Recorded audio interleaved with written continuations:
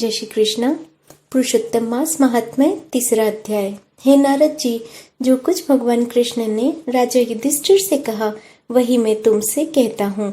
एक समय धर्मराज युधिष्ठिर जुए में दुर्योधन से सब कुछ हार गए तो द्रौपदी को बालों से पकड़कर दुष्ट दुशासन ने खींचा और उसके वस्त्र भी पकड़कर खींचे तो भगवान कृष्ण ने रक्षा की। उसके पश्चात युधिष्ठिर आदि राज्य छोड़कर काम्यक वन को चले गए। वहां पर वन में युधिष्ठिर द्रौपदी आदि हाथियों की तरह वन के फलों को खाकर अति दुख को प्राप्त हुए। एक समय देवकी के पुत्र श्री कृष्ण भगवान उनको दुखी जानकर काम्यक वन को गए। उस समय युधिष्ठिर श्री कृष्ण भगवान को देखकर ऐसे प्रसन्न हुए मानो देह में प्राण आ गए हों। वे बड़े प्रेम से मिले और श्री हरि के चरणों में नमस्कार किया। द्रौपदी ने भी प्रणाम किया। राजा युधिष्ठिर को दुखी देखकर और ऐसे ही द्रौपदी को दुखी देखकर श्री कृष्ण भगवान भी अत्यंत दुखी हुए।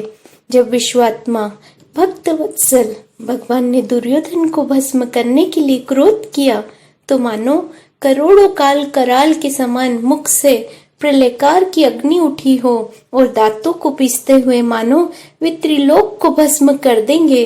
तब उनका ऐसा विकराल रूप देखकर अर्जुन भय से कांपने लगा। युधिष्ठिर और द्रौपदी तथा दूसरे उपस्थित वृंद हाथ जोड़कर भगवान को प्रसन्न करने के लिए स्तुति करने लगे। अर्जुन कहने लगे, हे कृष्ण, हे जगन्नाथ, हे नाथ, मैं जगत के बाहर नहीं हूँ, फिर आप मेरी रक्षा क्यों नहीं करते? आप तो सारे जगत की रक्षा करने वाले हो, जिनके नेत्र बंद करने से ब्रह्म का पतन हो जाता है, जिनके क्रोध से सारे विश्व का नाश हो जाता है, कोई भी जीवित नहीं रह सकता। हे जगतपते, इस संहार करने वाले क्रोध को दूर कीजिए। आपके क्रोध से संसार में प्रलय हो जाएगा। भगवान कहने लगे, हे नारद जी। अर्जुन इस प्रकार कहकर हाथ जोड़कर श्री कृष्ण भगवान को नमस्कार करने लगे।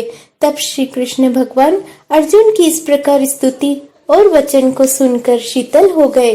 फिर प्रेम से व्याकुल होकर युधिष्ठिर आदि श्री भगवान को बारंबार नमस्कार करने लगे। श्री नारायण कहने लगे कि हे नारद जी, इस प्रकार प्रेम से मग्न हो सिर झुकाकर हाथ जोड़ बारंबार भगवान कृष्ण को नमस्कार कर अर्जुन ने भगवान श्री कृष्ण से जो प्रश्न किया वह मैं तुमसे कहता हूँ। श्री हरि भगवान यह सब सुनकर पांडवों के हितकारक वचन कहने लगे। कृष्ण कहने लगे कि हे अर्जुन, मेरे वचनों को सुनो और आपने जो अपूर्व शब्द किया है, आपने जो अपूर्व प्रश्न किया है, इस समय में इसका उत्तर देने को समर्थ नहीं।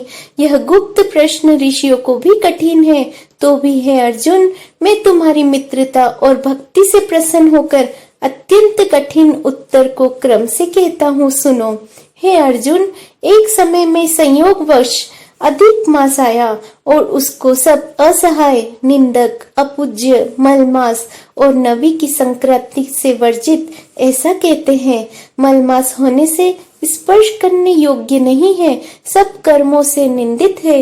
इस प्रकार लोगों के वचन सुनकर यह मलमास कांतिहीन, निरोगी, दुखों से युक्त मेरे पास आया और बैकुंठ पर जहाँ मैं निवास करता हूँ, स्वर्ग के सिंहासन पर बैठे हुए मुझे देखकर दंडवत प्रणाम किया और दोनों नेत्रों से आंसू बहाता हुआ इस प्रकार कहने लगा। इति पुरुषोत्तम मास महात्म्य तीसरा अध्याय समाप्त। जय श्री कृष्ण।